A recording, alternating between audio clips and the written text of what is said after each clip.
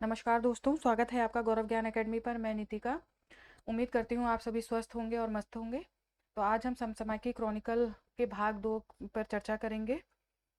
तो इसके अंतर्गत हम पर्यावरण और पारिस्थितिकी, रिपोर्ट एवं सूचकांक, योजना कार्यक्रम, सार संक्षेप और खेल समाचार के इम्पोर्टेंट पॉइंट्स पर बात करेंगे।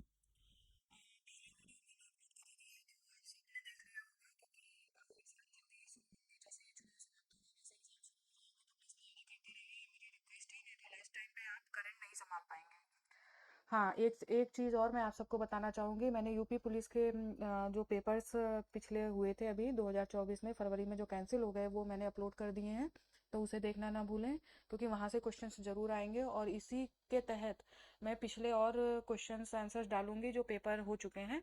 इसके अलावा कुछ मैं मॉक टेस्ट भी डालूंगी और आने वाले समय में आप अरिहंत के भी मॉक टेस्ट देखेंगे। तो इस तरह से आप जितना ज़्यादा पेपर लगाएंगे उतना ज़्यादा आपके लिए लाभ होगा आने वाले एग्ज़ाम में। इसके अलावा मैं वर्ल्ड हिस्ट्री के भी क्वेश्चंस अपलोड करने की तैयारी कर रही हूँ, तो हो सकता है आने वाले समय में वो भी आपको देखने को मिले। तो चलिए स्टार्ट करते हैं, लेकिन उससे पहले अगर आप मेरे चैनल पर नए हैं तो प्लीज़ मेरे चैनल को सब्सक्राइब कीजिए, लाइक कीजिए और शेयर कीजिए। तो चलिए प्रारंभ करते हैं और इसके इंपॉर्टेंट क्वेश्चंस हम देखेंगे। ये जितने भी पर्यावरण रिपोर्ट और सूचकांक, इसके भी हम सारे क्वेश्चंस जो है देखते हैं। चलिए, तो पहला क्वेश्चन इस तरह है। हाल ही में जारी खाद्य अपशिष्ट सूचकांक रिपोर्ट 2024 के अनुसार वर्ष 2022 में लगभग 1.05 बिलियन टन खाद्य अपशिष्ट उत्पन्न हुआ। यह रिपोर्ट किस अंतर्राष्ट्रीय संगठन द्वारा जारी की गई? तो आपके ऑप्शन इस प्रकार हैं। ए ऑप्शन संयुक्त राष्ट्र पर्यावरण कार्यक्रम, बी ऑप्शन विश्व स्वास्थ्य संगठन, सी ऑप्शन खाद्य एवं कृषि संगठन, डी ऑप्शन विश्व व्यापार संगठन। तो इसका आंसर है संयुक्त राष्ट्र पर्यावरण कार्यक्रम। देखिए, ये क्वेश्चन पूछा कई बार पूछते भी हैं, यूनेप के बारे में आपको जानना चाहिए। इसका गठन जो हुआ था वो 1972 में हुआ था। इसका हेडक्वार्टर नैरोबी केन्या में है और इसका कार्य क्षेत्र वो इन्वायरमेंट यानी पर्यावरण है और भारत इसका मेंबर है। चलिए आगे बढ़ते हैं। Second question. International big cat alliance IBCA का मुख्यालय कहाँ पर स्थापित किया जाएगा? ऑप्शन इस प्रकार हैं आपके। First option China, B option Russia, C option Bharat और डी ऑप्शन आपका श्रीलंका। तो इसका सही आंसर है भारत। तो देखिए, जो ये हम बात कर रहे हैं इंटरनेशनल बिग कैट अलायंस की, इसके इसमें ये प्रजाति इसमें आती है जिसमें जगुआर है, स्नो लेपर्ड है, प्यूमा है, लेपर्ड है, लायन है, टाइगर और चेता। तो ये इसमें, क्योंकि हो सकता है ये भी पूछ लेंगे इसके अंतर्गत इसमें किस किस के संरक्षण की बात की गई है, तो इसमें ये भी पूछ सकते हैं, तो ये आप ध्यान रखिएगा। तो चलिए इंपॉर्टेंट पॉइंट्स की तरफ बढ़ते हैं। 29 फरवरी 2024 को केंद्रीय मंत्रिमंडल ने 2023-24 से 2027-28 तक 5 वर्षों की अवधि के लिए 150 करोड़ रुपए के बजट समर्थन के साथ IBCA की स्थापना को मंजूरी दी। अब देखिए, ये वर्ष भी याद रखिएगा कि दो कब से कब तक, तो 2023 से 2024 और 27-28 तक, तो ये चीज़ ध्यान रखिएगा। यह पहल 7 प्रमुख बिग कैट्स प्रजातियों की सुरक्षा और संरक्षण पर ध्यान केंद्रित करता है। भारत में 5 बिग कैट्स बाघ, शेर, तेंदुआ, हिम तेंदुआ और चीता पाए जाते हैं। यह अंतर सरकारी गठबंधन वैश्विक बाघ संरक्षण प्रयासों को बढ़ावा देने के लिए भारत द्वारा शुरू किए गए अंतर्राष्ट्रीय सौर गठबंधन मॉडल की तरह ही है।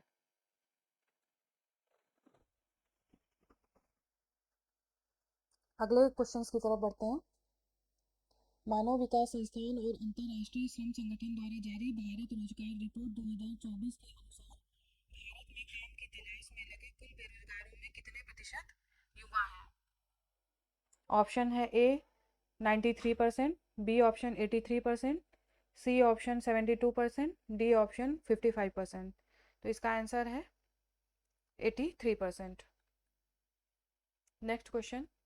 20 मार्च 2024 को जारी 143 देश के वैश्विक प्रसन्नता सूचकांक में भारत किस स्थान पर है? ऑप्शन है आपके 126वें स्थान पर, बी 134वें स्थान पर, सी 112वें स्थान पर, डी 128वें स्थान पर। तो आपका आंसर होगा ए 126। 26वें स्थान पर। देखिए सूचकांक, ये जरूर हर एग्जाम में ये सूचकांक पूछे जाते हैं और ये आप रट लीजिए, क्योंकि हर एग्जाम में आपको एक या दो क्वेश्चन यहाँ से जरूर मिलता है, तो ये चीज़ आप ध्यान रखिएगा। ये भी पूछ सकते हैं भारत रोजगार रिपोर्ट 2024 किसके द्वारा, तो मानव विकास संस्थान और अंतर्राष्ट्रीय श्रम संगठन के द्वारा। ये ऐसे भी क्वेश्चंस जो मैंने बनाए हैं उसमें भी आपको कई क्वेश्चन कई तरीके से देखने को मिलेंगे, तो इस सब चीज़ें आप एकदम ध्यान रखिए। चलिए, 20 मार्च 2024 को विश्व प्रसन्नता दिवस के अवसर पर यूनाइटेड नेशन ने विश्व प्रसन्नता सूचकांक जारी किया। 143 देश की सूची में भारत 126वें स्थान पर है। इसका मापन संबंधित देश की प्रति व्यक्ति जीडीपी, सामाजिक सहयोग, उदारता, भ्रष्टाचार, सामाजिक स्वतंत्रता, स्वस्थ जीवन शामिल है। तो कई बार पूछ लेते हैं कि किस आधार पर वैश्विक प्रसन्नता सूचकांक का मापन किया जाता है, तो ये सारी चीजें हैं जो अभी मैंने बताया आपको, प्रति व्यक्ति जीडीपी, सामाजिक सहयोग, उदारता, भ्रष्टाचार, सामाजिक स्वतंत्रता, स्वस्थ जीवन, तो ये ध्यान रखने की बात है। सर्वोच्च स्थान आपका फिनलैंड को मिला है, जबकि सबसे नाखुश देश अफगानिस्तान है। नेक्स्ट क्वेश्चन की तरफ बढ़ते हैं। अंतर्राष्ट्रीय बौद्धिक संपदा सूचकांक 2024 में भारत किस स्थान पर है? ऑप्शन है आपके 32वां, बी 42वां, सी 28वां और डी 53वां। तो इसका आंसर आपका है 42वें स्थान पर। सूचकांक में भारत का स्कोर 38.64 है। यूएस चैम्बर ऑफ कॉमर्स ने हाल ही में अपने अंतर्राष्ट्रीय बौद्धिक संपदा सूचकांक का 12वां संस्करण जारी किया। अमेरिका इस सूची में शीर्ष स्थान पर है, उसके बाद यूनाइटेड किंगडम और फ्रांस का स्थान आता है। सूचकांक विश्व की 55 अर्थव्यवस्थाओं के आईपी ढांचे का मूल्यांकन करता है। तो देखिए अगर कभी स्टेटमेंट में भी क्वेश्चन आया तो मैंने ये जितनी भी लाइंस अगर मैं रखती हूँ ना, मैं भी चाहूँ तो मुझे भी बहुत आराम रहेगा कि अगर मैं सीधे क्वेश्चन किया या क्वेश्चन नहीं भी बनाया, छोटे छोटे शॉर्ट नोट्स बना के आपको दे दिए, लेकिन नहीं, वो आपके काम नहीं आएगा। शॉर्ट नोट्स तो तब आपके काम आएगा जब आप स्वयं क्रॉनिकल पढ़ें, उसके बाद फिर हो सकता है आपके वीडियो वो शॉर्ट नोट्स काम आ जाएंगे।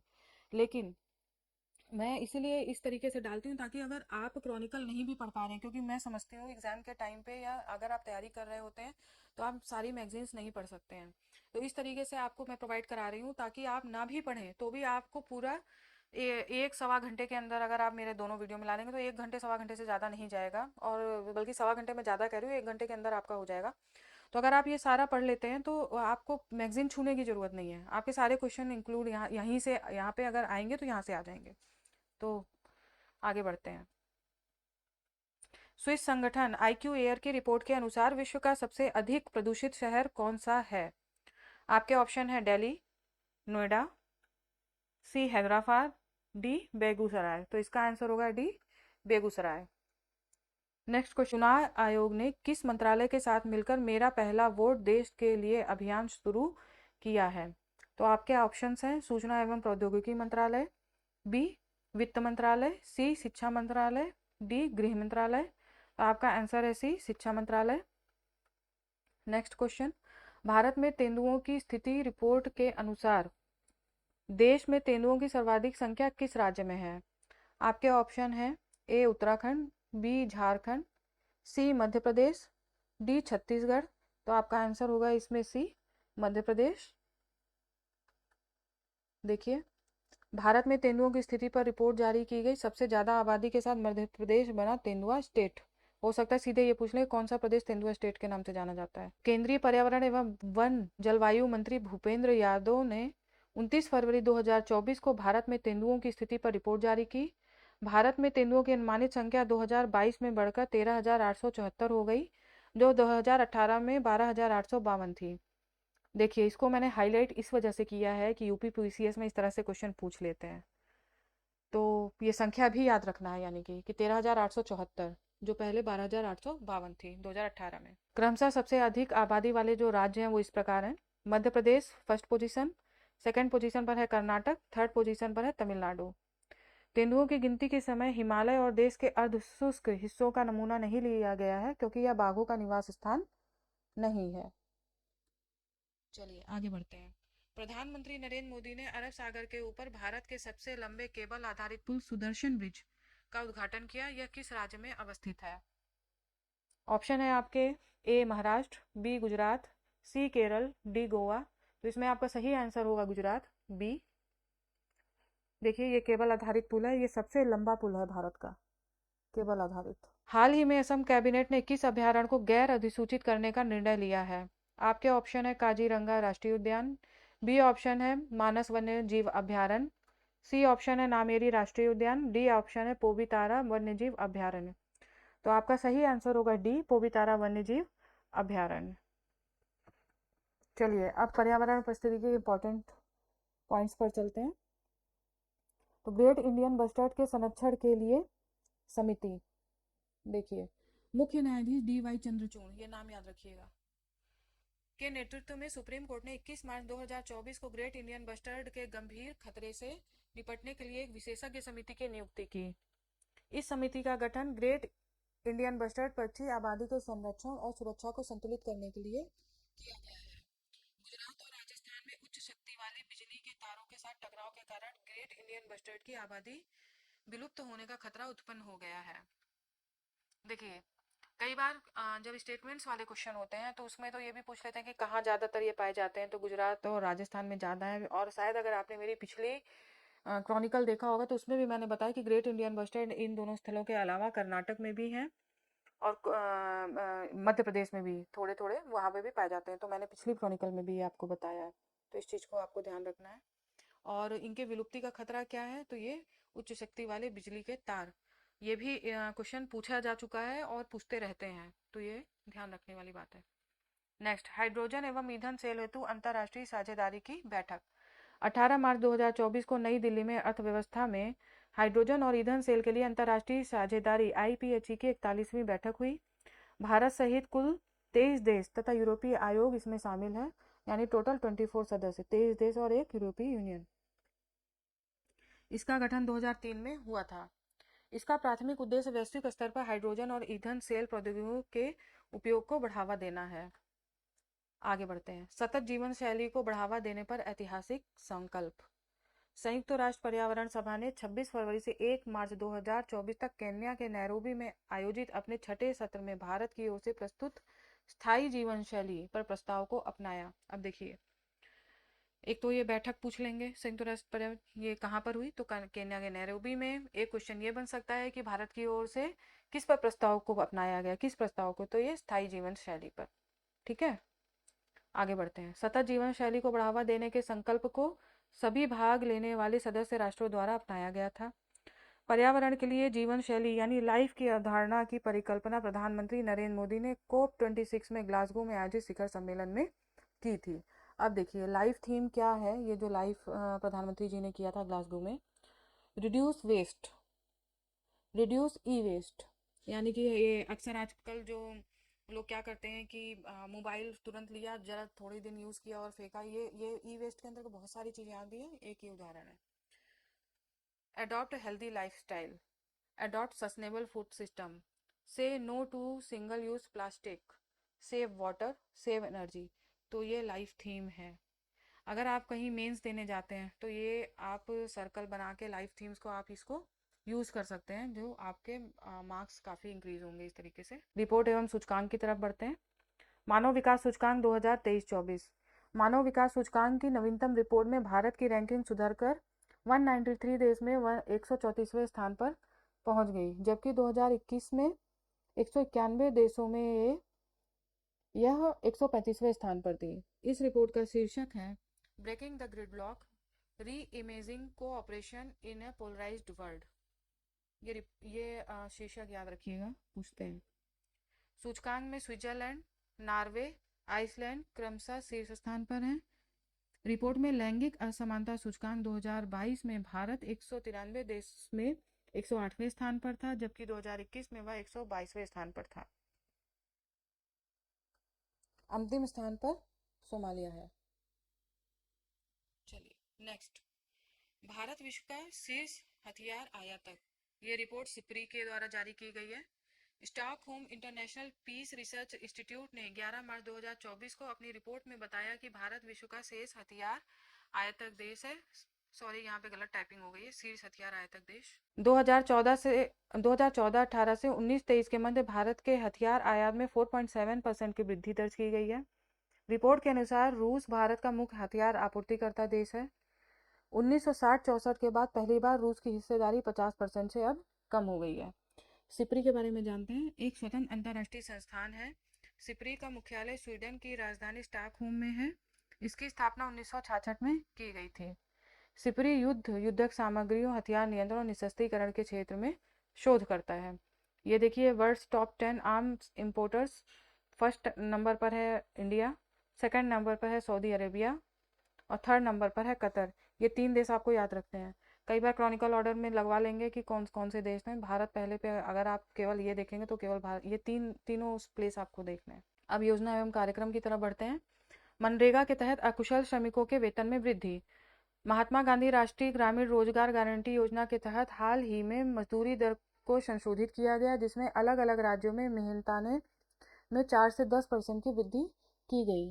केंद्रीय ग्रामीण विकास मंत्रालय ने 27 मार्च 2024 को इस योजना के तहत अधिसूचना जारी की। इस योजना का उद्देश्य प्रत्येक परिवार को एक वित्तीय वर्ष में कम से कम 100 दिनों की गारंटी युक्त श्रम रोजगार प्रदान करना है।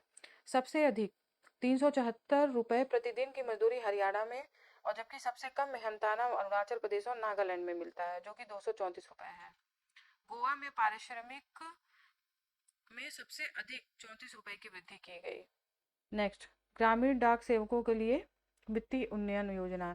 ये केवल इसमें यही एक लाइन आप ध्यान रखें कि वित्तीय उन्नयन योजना किस क्षेत्र के लिए स्टार्ट की गई, तो वो ग्रामीण डाक सेवकों के लिए। इससे ज़्यादा इसमें कुछ इंपॉर्टेंट नहीं था। मैं भी चाहूँ तो बहुत सारा कचरा भर भर के दे दूँ, लेकिन वो आपके लिए इंपॉर्टेंट नहीं होगा ना। तो एग्ज़ाम के लिए क्या इंपॉर्टेंट है, वो चीज़ केवल देना, और वही चीज़ आप लेके भी जा पाएंगे अगर अच्छी तैयारी करते हैं तो। पीएम सूरज पोर्टल का शुभारंभ। प्रधानमंत्री नरेंद्र मोदी ने 13 मार्च 2024 को प्रधानमंत्री सामाजिक उत्थान एवं रोजगार आधारित जन कल्याण पीएम सूरज नामक राष्ट्रीय पोर्टल का शुभारंभ किया। पीएम सूरज एक राष्ट्रव्यापी पहल, जिसका उद्देश्य समाज के वंचित वर्गों का उत्थान करना है। योग्य व्यक्तियों को ऋण सहायता प्रदान की जाएगी। यह सहायता बैंकों, एनबीएफसी, एमएफआई और अन्य संगठनों के माध्यम से दी जाएगी। तो ये पूछ लेते हैं कि ये पोर्टल किस लिए प्रारंभ किया गया, इसका उद्देश्य क्या है, तो ये सब ध्यान रखना है। खेलो इंडिया राइजिंग टैलेंट आइडेंटिफिकेशन कीर्ति कार्यक्रम। केंद्रीय युवा मामले एवं खेल मंत्री अनुराग सिंह ठाकुर ने 12 मार्च 2024 को चंडीगढ़ में कार्यक्रम की शुरुआत की। कीर्ति कार्यक्रम का उद्देश्य देश में खेल संस्कृति को प्रोत्साहन देना तथा खेल उत्कृष्टता हासिल करना है। 9 से 18 वर्ष के आयु वर्ग अर्थात स्कूल जाने वाली उम्र के एथलीटन के लिए कीर्ति खेलो इंडिया मिशन के तहत एक महत्वाकांक्षी राष्ट्रव्यापी कार्यक्रम है। खेलो इंडिया योजना युवा मामले एवं खेल मंत्रालय की प्रमुख केंद्रीय क्षेत्र की योजना है। नेक्स्ट, अदिति योजना के बारे में जानते हैं। रक्षा मंत्री राजनाथ सिंह ने 4 मार्च 2024 को नई दिल्ली में डेफ कनेक्ट 2024 के दौरान महत्वपूर्ण और रणनीतिक रक्षा प्रौद्योगिकियों में नवाचार को बढ़ावा देने के लिए acing development of innovative technologies with IDX Aditi योजना का शुभारंभ किया। अदिति योजना के तहत 2023-24 से 2025-26 की अवधि के लिए रुपयों का आवंटन किया गया। अब हम सार संक्षेप की तरफ चलते हैं। नवनीत कुमार सहगल प्रसार भारती के नए अध्यक्ष। इनका कार्यकाल 3 वर्ष या 70 वर्ष की आयु तक, जो भी पहले हो उस अवधि तक पद पर बने रहेंगे। भारत के उपराष्ट्रपति प्रसार भारती के अध्यक्ष पद के लिए चयन समिति के प्रमुख होते हैं। प्रसार भारती भारत की सार्वजनिक प्रसारण संस्था है। इसमें मुख्य रूप से दूरदर्शन एवं आकाशवाणी शामिल है। नेक्स्ट, किशोर मकवाना राष्ट्रीय अनुसूचित जाति आयोग के अध्यक्ष। ये क्वेश्चन बहुत पूछा जाता है कि अध्यक्ष अगर जब भी चेंज होते हैं या बनते हैं नए, तो यहाँ से क्वेश्चन जरूर आता है। किशोर मकवाना को अध्यक्ष के रूप में राष्ट्रपति द्वारा नियुक्त किया गया। राष्ट्रीय अनुसूचित जाति आयोग एक संवैधानिक निकाय है। इसकी स्थापना अनुसूचित जातियों के शोषण के विरुद्ध सुरक्षा उपाय प्रदान करने हेतु की गई है। NCSC में एक अध्यक्ष, एक उपाध्यक्ष एवं 3 अतिरिक्त सदस्य शामिल होते हैं। इस तरह आयोग में अध्यक्ष सहित कुल 5 सदस्य होते हैं। नेक्स्ट, न्यायमूर्ति अजय मणिकराव खानविलकर देश के नए लोकपाल बने हैं। राष्ट्रपति द्रौपदी मुर्मू ने 10 मार्च 2024 को अजय खानविलकर को लोकपाल के अध्यक्ष पद की शपथ दिलाई। लोकपाल उच्च सरकारी पदों पर आसीन व्यक्तियों द्वारा किए जा रहे भ्रष्टाचार की शिकायतें सुनने एवं उस पर कार्रवाई करने हेतु जिम्मेदार होता है। रविंद्र संगीत के प्रसिद्ध गायक सादी मोहम्मद का बांग्लादेश के ढाका में निधन। रविंद्र संगीत रविंद्रनाथ टैगोर द्वारा रचित एक संगीत विधा है। जिन्होंने सामान्य रूप से भारत और विशेष रूप से बंगाल की संगीत अवधारणा में एक नया आयाम जोड़ा। रविंद्र संगीत में स्रोतों के रूप में भारतीय शास्त्रीय संगीत और पारंपरिक लोक संगीत का उपयोग किया जाता है। नेक्स्ट, प्रभा वर्मा को सरस्वती सम्मान मिला है 2023 का। के बिरला फाउंडेशन द्वारा प्रसिद्ध कवि और साहित्यकार प्रभा वर्मा को उनके उपन्यास रौद्र सात्विकम के लिए 33वां सरस्वती सम्मान हेतु चुना गया। मलयालम भाषा में ये लिखा गया उपन्यास है। नेक्स्ट, मिशेल टैलाग्रैंड को 2024 का एबेल पुरस्कार मिला है। एबेल पुरस्कार हमेशा पूछते हैं, याद रखिएगा। फ्रांस के पेरिस में स्थित French national centre for scientific research के मिशेल टैलाग्रैंड को 2024 का एबेल पुरस्कार प्रदान करने की घोषणा की गई। मिशेल का चयन गणितीय, भौतिक और सांख्यिकी में उत्कृष्ट अनुप्रयोगों के साथ संभावित सिद्धांत और कार्यात्मक विश्लेषण हेतु दिया गया है। 2001 में एबेल पुरस्कार की शुरुआत नॉर्वे की सरकार ने प्रसिद्ध गणितज्ञ नील्स हेनरी के सम्मान में की थी। अब ऑस्कर अवार्ड के बारे में देखते हैं। संयुक्त राज्य अमेरिका के लॉस एंजलिस में अवार्ड की घोषणा, जिसमें ओपेनहाइमर ने बेस्ट फिल्म सहित कुल 7 अवार्ड जीते। अब देखिए, इसमें जो बेस्ट फिल्म है वो हो ही गया ओपेनहाइमर। सर्वश्रेष्ठ निर्देशक ओपेनहाइमर के ही क्रिस्टोफर नोलन। इतना चीज आप ध्यान रखिएगा। सर्वश्रेष्ठ अभिनेता किलियन मर्फी ओपेनहाइमर। अभिनेत्री एम्मा स्टोन पुअर थिंग्स की मूवी के लिए मिला इन्हें। और सहायक अभिनेता, सर्वश्रेष्ठ सहायक अभिनेता रॉबर्ट डाउनी जूनियर ओपेनहाइमर के लिए मिला है। बस इतना आप ध्यान रखिएगा, ये 3-4 पॉइंट्स, नीचे वाले छोड़ दीजिएगा, कोई मतलब नहीं है। नेक्स्ट देखिए, क्रिस्टीना पिज़जुकोवा मिस वर्ल्ड 2024 की बनी है। इससे ज़्यादा इसमें चेक गणराज्य की क्रिस्टीना ने 71वें विश्व वर्ल्ड का खिताब जीता। देश पूछ लेते हैं या कौन बना, बस ये 2 पॉइंट्स के अलावा इसमें कोई क्वेश्चन पूछा नहीं जाता है, लेकिन इंपॉर्टेंट है ये दोनों चीज़ याद रखिए। भारत को खसरा और रूबेला चैंपियन पुरस्कार 6 मार्च 2024 को अमेरिका के वाशिंगटन डीसी में भारत को खसरा और रूबेला चैंपियन पुरस्कार से सम्मानित किया गया। भारत को यह पुरस्कार इन बीमारियों से निपटने में इसके अनुकरणीय प्रयास हेतु दिया गया। यह पुरस्कार वाशिंगटन में अमेरिकी रेड क्रॉस मुख्यालय में स्वास्थ्य एवं परिवार कल्याण मंत्रालय की ओर से राजदूत प्रिया रंगनाथन ने प्राप्त किया। नेक्स्ट, अमिताभ घोष को इरास्मस पुरस्कार 2024। जलवायु परिवर्तन पर लेखन के लिए अमिताभ घोष को इरास्मस पुरस्कार 2024 से सम्मानित किया गया। अमिताभ को अकल्पनीय की कल्पना, इमेजिंग द अथिंकेबल विषय पर उनके योगदान के लिए यह पुरस्कार मिला। अमिताभ घोष को 2018 के लिए 54वां ज्ञानपीठ पुरस्कार प्रदान किया गया था। यह पुरस्कार नीदरलैंड की एक संस्था प्रीमियम इरास्मियम फाउंडेशन के द्वारा प्रदान किया जाता है। यह फाउंडेशन मानविकी, सामाजिक विज्ञान और कला के क्षेत्र में काम करती है। नेक्स्ट, वैश्विक असमानता अनुसंधान पुरस्कार। बीना अग्रवाल और जेम्स बॉयस को वैश्विक असमानताओं को समझने में उनके महत्वपूर्ण योगदान के लिए पहले वैश्विक असमानता अनुसंधान पुरस्कार से सम्मानित किया गया। यह सम्मेलन Sciences Po, Paris Institute of Political Studies also known as Sciences Po की सामाजिक पारिस्थितिक परिवर्तन पहल के संयोजन में आयोजित किया गया। नेक्स्ट है, सुनील मित्तल को नाइटहुड की उपाधि मिली है। भारतीय इंटरप्राइजेस के संस्थापक और अध्यक्ष सुनील भारती मित्तल ब्रिटेन के राजा के द्वारा मानव नाइटहुड की उपाधि से सम्मानित होने वाले पहले भारतीय नागरिक बन गए हैं। टाइगर ट्रायम्फ 24 अभ्यास। अब ये अभ्यास भी कई बार पूछे जाते हैं पेपर में, तो इसको याद रखना है कि कौन सा किस देश के मध्य हुआ है। भारत एवं अमेरिका के मध्य द्विपक्षीय सेवा मानवीय सहायता और एवं आपदा राहत सैन्य अभ्यास भारत के पूर्वी समुद्र तट पर हुआ। ये 18 से 30 2024 के मध्य। IMT ट्राइलेट 24 21 से 28 मार्च 2024 के मध्य मोजाम्बिक के नाकल में भारत मोजाम्बिक तंजानिया त्रिपक्षीय अभ्यास हुआ। सैन्य अभ्यास लामेतिया का 10वां संस्करण। भारतीय थल सेना एवं सेशल्स सुरक्षा बलों के मध्य संयुक्त सेना अभ्यास। पोखरण में भारत शक्ति युद्ध अभ्यास। 12 मार्च 2024 को सेना के तीनों अंगों का संयुक्त सैन्य अभ्यास भारत शक्ति राजस्थान के पोखरण में आयोजित किया गया। संयुक्त नौसेना अभ्यास समुद्र लक्षण भारतीय नौसेना और मलेशिया नौसेना के मध्य विशाखापट्टनम में आयोजित किया गया। ये बहुराष्ट्रीय अभ्यास कटलेट एक्सप्रेस। बहुराष्ट्रीय अभ्यास का आयोजन 26 फरवरी से 8 मार्च 2024 तक सेशल्स के पोर्ट विक्टोरिया में किया गया। भारतीय नौसेना के जहाज INS तीर ने भारतीय दल का प्रतिनिधित्व किया। INS तीर याद रखिएगा। अभ्यास कटलेट एक्सप्रेस एक बहुराष्ट्रीय समुद्री अभ्यास है जो अमेरिकी अफ्रीका कमान द्वारा प्रायोजित किया जाता है। अब कुछ इंपॉर्टेंट खेल समाचार देख लेते हैं। निर्वाचन आयोग ने दिव्यांग तीरंदाज सीवतल देवी को राष्ट्रीय दिव्यांग आइकॉन घोषित किया है। भारतीय ओलंपिक संघ ने आगामी पेरिस ओलंपिक में भारतीय ध्वजवाहक के रूप में अचंता शरथ कमल टेनिस खिलाड़ी के नाम की घोषणा की। पूर्व अंतर्राष्ट्रीय फुटबॉलर लैरी लॉयड का निधन हुआ, ये इंग्लैंड से संबंधित थे। तो ये देश का नाम याद रखना क्योंकि यहाँ से क्वेश्चन आ जाता है। तो चलिए आज यहीं तक। इस तरह से हमारे मई की क्रॉनिकल कंप्लीट हो गई। तो आपसे विनती है कि इसे ज़रूर देखिएगा, पूरी वीडियो को देखिए, ये आपके लिए लाभदायक होगी। और अगर आप मेरे चैनल पर नए हैं तो प्लीज़ सब्सक्राइब कीजिए, लाइक कीजिए। चलिए तो आज यहीं तक। आपका दिन शुभ हो। नमस्कार।